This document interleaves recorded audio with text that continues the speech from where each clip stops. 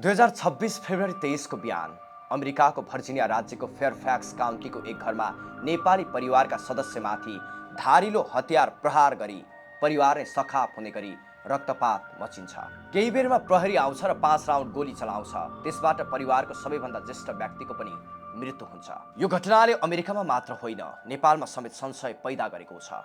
आज the real crime स्टोरीमा हामी भर्जिनियामा घटेको यो डरलाग्दो पारिवारिक हत्याकाण्डको विषयमा थाहा पाउनेछौँ। आजको भिडियोमा केही यस्ता डरलाग्दा र वास्तविक दृश्यहरू पनि देखाइने हुनाले बालबालिका र मोटु रोगीहरू नहेर्नुहोला। अब सुरु गरौँ भर्जिनिया हत्याकाण्ड। उदयपुर बेलका नगरपालिका वार्ड नम्बर 9 स्थायी घर भई अमेरिकाको भर्जिनिया राज्यको फेयरफ्याक्स स्थित काउन्टी भन्ने स्थानमा 35 वर्षीय सन्तोष कुमार बस्नेत, उनकी श्रीमती 31 वर्षीय ममता थापा र उनीहरूका 1 वर्षीय छोरा बस्दै आएका थिए। गत नोभेम्बरमा मात्रै ममताको आमा 51 वर्षीय बिन्दा थापा र बुवा 54 वर्षीय छत्रबहादुर थापा पनि छोरी ज्वाइँसँगै दशैं मनाइसकेर नेपालबाट अमेरिका गएका थिए।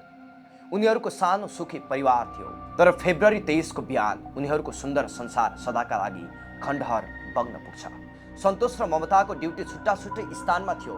ममता एक नर्सिङ फेसिलिटीमा काम गर्थिन्। बिहान करिब 5 बजे सन्तोष सधैँ चाहिँ ड्युटी जानका लागि बाहिर निस्कन्छन्। तर त्यो रातभरि हिउँ परेको हुनाले उनी गाडीको छतमा र भुइँमा भएको हिउँ पन्छाउन थाल्छन्। त्यतिकैमा घरभित्रबाट उनकी श्रीमती ममता र सासू बिन्दा थापा अचानक चिच्याएको आवाज सुनिन्छ। उनी भित्रको चिच्याहार सुनेर भुइँथलाको अपार्टमेन्टमा छिर्छन्। भित्र छिर्दा उनले आफ्नो 1 वर्षीय छोरा रोइरहेको र घिस्रिरहेको देख्छन्। त्यसपछि श्रीमती ममतालाई देख्छन्, जो मुख्य ढोका नजिक रक्ताम्य अवस्थामा छटपटाइरहेकी थिइन्। उनले कमजोर स्वरमा भनिन्, उसले हामीलाई मार्यो। सासू बिन्दा पनि रक्ताम्य अवस्थामा छटपटाइरहेकी थिइन्। त्यसपछि उनले आफ्ना ससुरा छत्र थापालाई हातमा खुडा लिएर आफूतिर आक्रमण गर्न आएको देख्छन्। त्यही आक्रमणबाट सन्तोषको नाकको डाँडी भाँचिन्छ र बायाँ आँखामा गम्भीर चोट लाग्छ।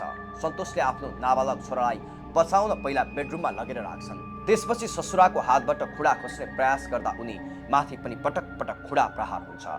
प्रहरीलाई खबर दिइन्छ। प्रहरी घटनास्थलमा पुगेर छत्र थापालाई हतियार फाल्न आग्रह गर्छ। उनले नमानेपछि प्रहरीले 5 राउन्ड गोली चलाउँछ र छत्रको घटनास्थलमै मृत्यु हुन्छ। प्रहरीको जानकारी अनुसार घटनामा ममता र बिन्दाको पनि मृत्यु भइसकेको थियो भन्ने सन्तोष गम्भीर घाइते भएका थिए।